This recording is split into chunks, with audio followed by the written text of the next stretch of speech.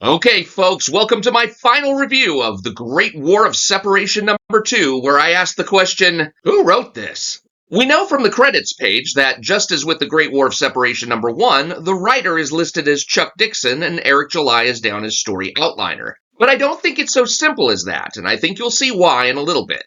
Just FYI, in this review, I'm going to be covering the book according to plot lines, not necessarily in page order.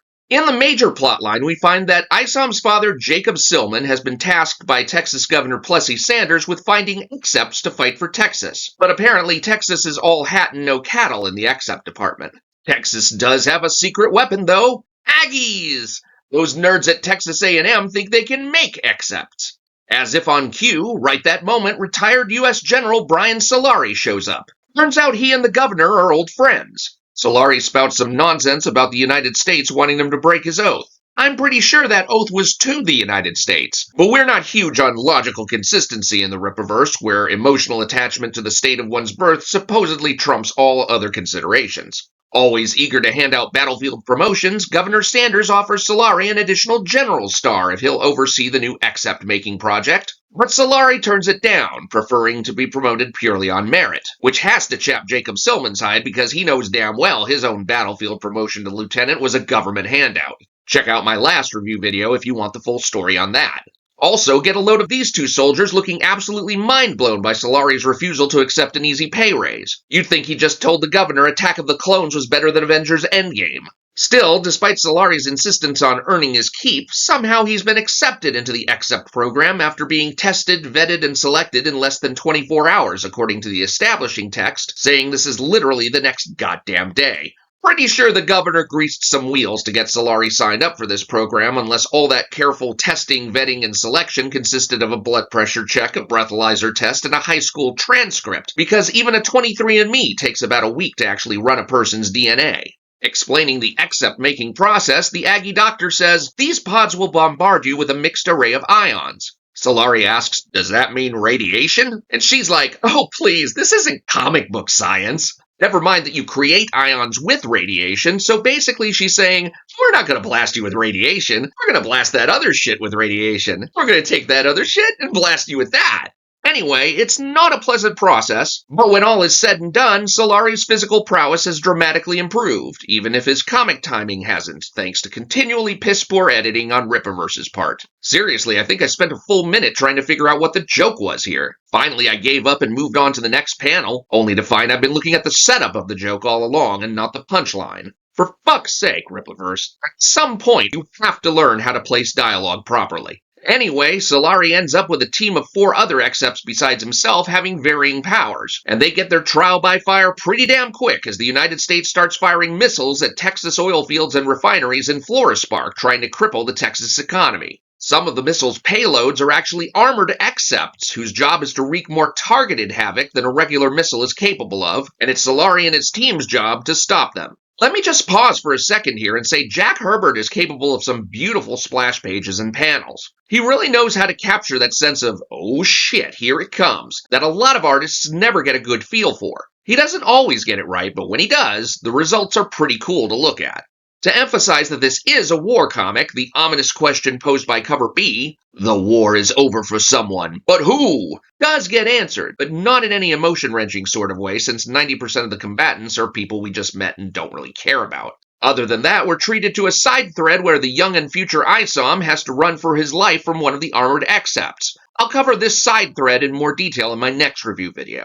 Last, we've got one more side thread where the shape-shifting accept gun for hire known as Zeno, whose name isn't mentioned in this book and really should be, switches forms a couple times on his way to Texas, and that's actually where this issue concludes. Now, if you've been paying attention, you've probably noticed that I haven't really raised a lot of major issues, and that's because I didn't really find a lot of major issues. I'd certainly appreciate it if Texans weren't constantly portrayed as finding new Texan-y ways to swear, and nobody needs an info dump slowed down even further by a throwaway character's stutter. But other than that, the last 52 pages of The Great War of Separation number 2 are actually pretty solid and engaging in a way that the first 12 pages just aren't. So what happened? If the book's writing duties had changed hands from a weaker writer to a stronger writer, that'd be one thing. But I really don't have any reason to distrust the credits page. It's supposed to be Chuck Dixon who wrote both books. And besides, the change in quality happened mid-book. How is it that the same writer starts producing noticeably better material partway through a book?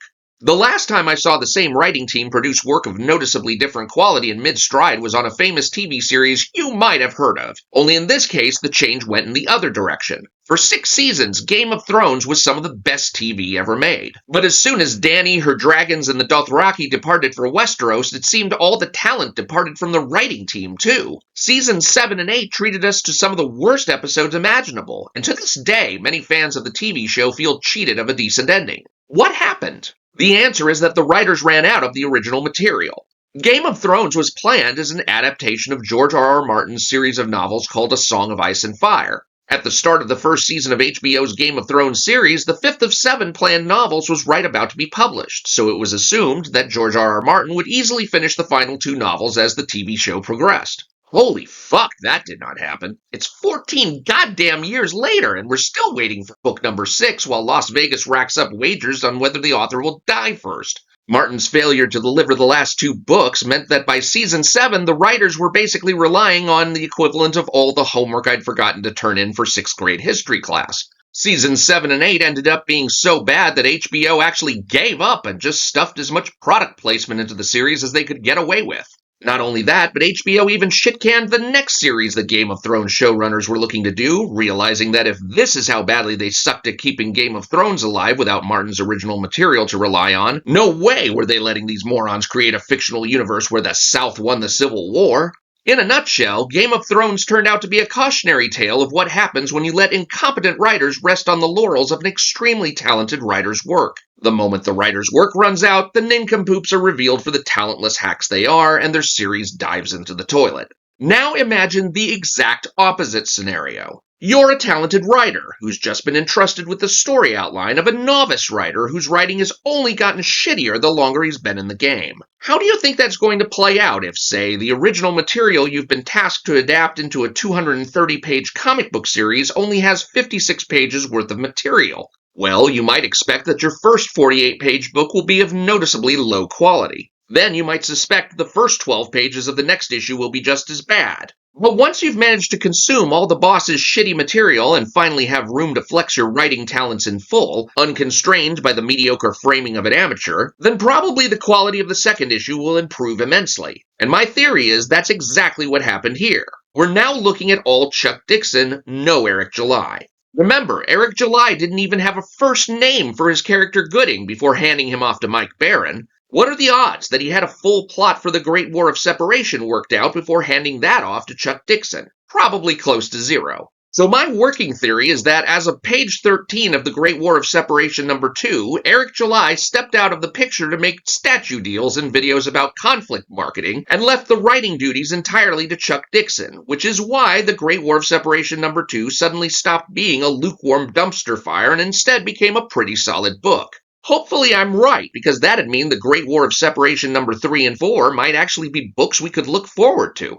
Now, I've still got a little bit left to say about the Great War of Separation number 2, but since the final scene I want to review ties in tightly with ISOM number 3, I'm going to save that commentary for the next video and just go ahead and give the overall score for the Great War of Separation number 2. Here are all the books I've scored before. You'll notice I scored the previous issue of the Great War of Separation at a 4.5, and I'm sorely tempted to give the current issue the same score or even lower because the first 12 pages are just so bad. But I have to be honest and admit that were the whole book as good as the last 52 pages, I'd probably put it on the same level as Chuck Dixon's last Rippaverse offering, Zaylin, What Kills Must Die. So I'm going to split the difference and give the Great War of Separation number 2 a 5.0 out of 10. It's still not a great book, but it improved significantly enough in midstream that I honestly was wondering who wrote this. Thank you for watching. If you found the information in this video helpful, please hit like and then subscribe to be notified of my future review videos. My next review will be taking a look at a particular scene in the Great War of Separation number 2 that's directly referred to by ISOM number 3, and I'll be taking a look at how both books end up worse for that interaction. Also, please be aware that I'm currently raising funds to answer Empress Miki Ariyama's challenge on X to review Mandy Summers' Super Dead 1 and 2. We're down to $50 needed for me to purchase Super Dead 1 and 2 to review and either affirm or disprove Empress Miki's assertion that these books are, in her words, not good. We'll see about that, if there's enough viewer interest. I'm Mike Bartica. Once again, thank you for watching, and I will talk to you later.